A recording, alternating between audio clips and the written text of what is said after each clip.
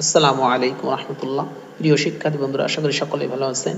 তো বন্ধুরা, আমি আজকে আবার একটি নতুন ভিডিও নিয়ে আসছি, যে ভিডিওতে দেখাবো যে একটি বিলোস্ট্যাক থার্মোস্ট্যাট কিভাবে কাজ করে এবং অনলি ফর একটি বিলোস্ট্যাক থার্মোস্ট্যাট কিভাবে কাজ করে সেটা দেখাবো। তো দেখতে পাচ্ছেন আমি এখানে একটা আসলে আর কি বিলোস্ট্যাক থার্মোস্ট্যাট নিয়েছি। এটি হচ্ছে আমার একটা থার্মোস্ট্যাট।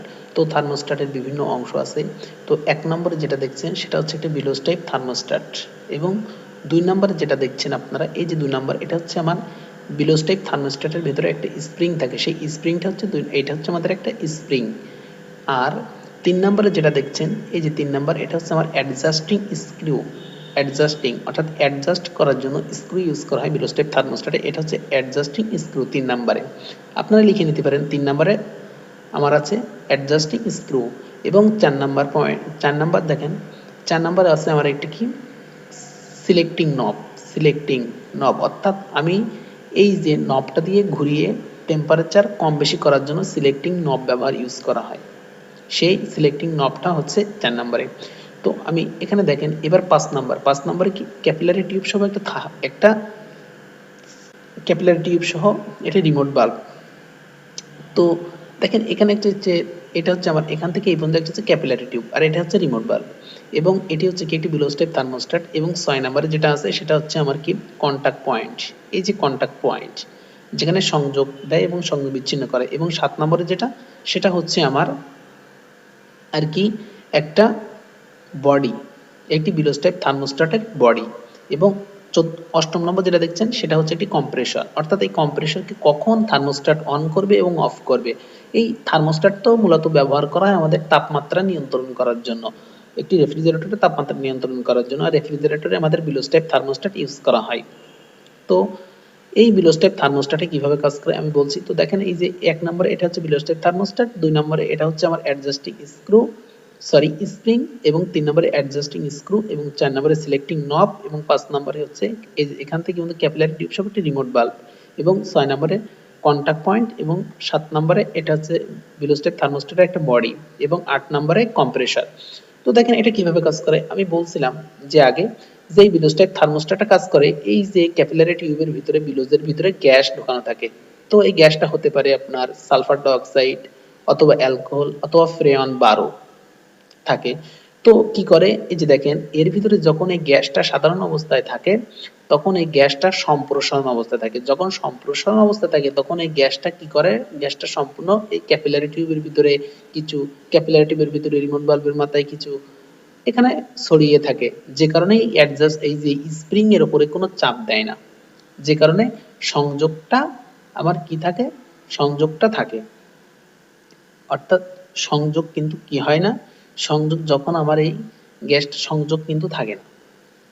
অর্থাৎ যখন আমার এই গ্যাসটা সম্প্রসারণ অবস্থায় থাকে তখন কি করে না, স্প্রিংটা এখানে চাপ দেয় না, যে কারণে আমার কি থাকে, এটা সংযুক্ত অবস্থা থাকে। এই যে দেখছেন আপনারা, এই যে আমি দেখিয়েছি কন্টাক্ট পয়েন্ট, অর্থাৎ এর ভিতরে এখন কি টেম্পারেচারটা যখন যখন আমার আমি যে কাঙ্ক্ষিত তাপমাত্রা চাবো সেই কাঙ্ক্ষিত তাপমাত্রায় যখন পৌঁছে যাবে তখন এই গ্যাসটা ঘনীভূত হবে, ঘনীভূত হয়ে বিলোজের উপর চাপ দিবে। এই যে দেখছেন এটা বিলোজের উপর চাপ দিবে, চাপ দেওয়ার ফলে এই স্প্রিংটাও চাপ দিবে, চাপ দেওয়ার ফলে দেখছেন এই যে পয়েন্টটা দেখছেন, এটা চাপ দেওয়ার ফলে এই যে কানেক্টটা দেয়া আছে এই কানেক্টটা কি হবে, নিচের দিকে নেমে যাবে। এই যে নিচের দিকে নেমে যাবে, তো নিচের দিকে নেমে যাওয়ার পর কি করবে, এই যে দেখেন এখানে কিন্তু আমার একটা লাইন কম্প্রেসর দেয়া আছে, এবং অপরটি দেখেন এখান থেকে যে ৬ নম্বর পয়েন্ট।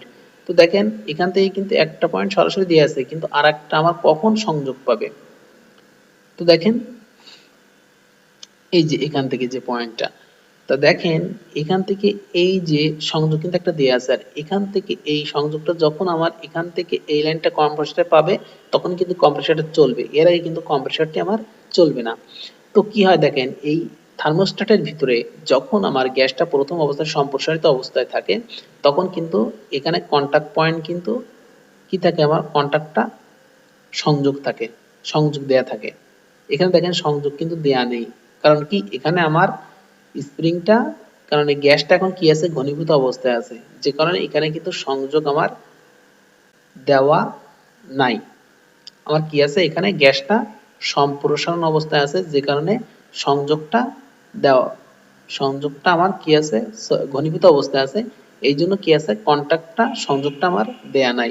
কারণ কি, যখন আমার এই গ্যাসটা এর ভিতরে সম্প্রসারিত অবস্থায় থাকবে তখন এখানে কি থাকবে, সম্প্রসারণ অবস্থায় থাকবে, তখন কিন্তু এই স্প্রিংটা অর্থাৎ বিলোসটা কিন্তু স্প্রিং এর চাপ দিবে না কোনো প্রকার যখন সম্প্রসারণ অবস্থায় থাকবে।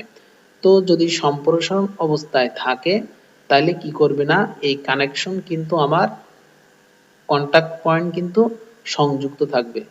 আবার একটু বলছি, যখন আমার এই গ্যাসটা কি থাকবে, যখন এই গ্যাসগুলো কি থাকে আমার, এই গ্যাসগুলো আমার সাধারণ অবস্থায় সম্প্রসারণ অবস্থায় থাকে, আর যখন সম্প্রসারণ অবস্থায় থাকে তখন স্প্রিংটা অনেকটা উপরের দিকে উঠে থাকে। কারণ কি, স্প্রিংটা কি থাকে, এক জায়গায় থাকে যখন সম্প্রসারণ অবস্থায় থাকে, কারণ গ্যাসটা তো এইদিকে আছে, এর ভিতরে আছে। তো যে কারণে গ্যাসটা সম্প্রসারিত অবস্থায় থাকার কারণে স্প্রিং এ কিন্তু কোনো প্রকার চাপ প্রয়োগ সৃষ্টি করবে না এবং অ্যাডজাস্টিং স্ক্রুতেও কিন্তু কোনো চাপ সৃষ্টি করবে না। যখন আমার এই গ্যাসটা ঘনীভূত হবে তখনই কি করবে, স্প্রিংটা কিন্তু নিচের দিকে চাপ দিবে, নিচের দিকে চাপ দেওয়ার ফলে এই যে পয়েন্টটা দেখতে পাচ্ছেন, এই পয়েন্টটা কিন্তু ফাঁকা হয়ে গেছে, কারণ এখন আমার গ্যাসটা ঘনীভূত অবস্থায় আছে, যে কারণে পয়েন্টটি সংযোগটা ডিসকানেক্ট করা আছে। যদি আমার গ্যাসটা সম্প্রসারণ অবস্থায় থাকতো তাহলে কি করতো, এইটা কিন্তু কানেকশনটা দেয়া থাকতো। আমি আবারও বলছি, যদি বলা হয় যে একটি বিলুজ টাইপ থার্মোস্ট্যাটের কার্যপ্রণালী বর্ণনা করো, তো আমরা এভাবে বলতে পারি যে একটি রেফ্রিজারেটরে যে বিলুজ টাইপ থার্মোস্ট্যাট ব্যবহার করা হয় সেটি হচ্ছে বিলুজের সাথে একটি ক্যাপিলারি টিউব সহ একটি রিমোট ভালভ সংযুক্ত থাকে। তো এই ক্যাপিলারি টিউবের ভিতর এবং রিমোট ভালভের ভিতর, বিলুজের ভিতরে হিমায়ক, বারো অথবা অ্যালকোহল অথবা সালফার ডাইঅক্সাইড চার্জ করা থাকে। তো সাধারণ অবস্থায় যখন আমার এই সাধারণ অবস্থায় গ্যাসটা সম্প্রসারণ অবস্থায় থাকে, যে কারণে বিলোজটি থার্মোস্ট্যাট বিলোজ কি করে, থার্মোস্ট্যাটকে থার্মোস্ট্যাটটা কম্প্রেসরের সাথে সংযুক্ত অবস্থায় থাকে, যে কারণে কম্প্রেসরটা চলতে থাকে।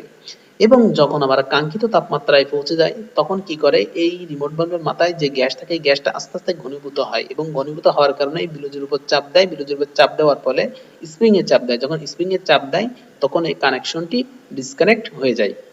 তো এই ছিল আমার ভিডিও, একটি বিলো স্টেপ থার্মোস্ট্যাট কিভাবে কাজ করে আপনাদেরকে বললাম। যদি আমার ভিডিওটি ভালো লাগে অবশ্যই আপনারা, যদি নতুন হয়ে থাকেন তাহলে অবশ্যই চ্যানেলটি সাবস্ক্রাইব করবেন এবং অবশ্যই যদি পছন্দ হয়ে থাকে তাহলে লাইক কমেন্ট শেয়ার করবেন। আর যদি কারোর বুঝতে সমস্যা হয় তাহলে অবশ্যই আপনারা আমার কমেন্টে জানাবেন, ইনশাআল্লাহ আমি আপনাদেরকে জানাতে চেষ্টা করব ইনশাআল্লাহ।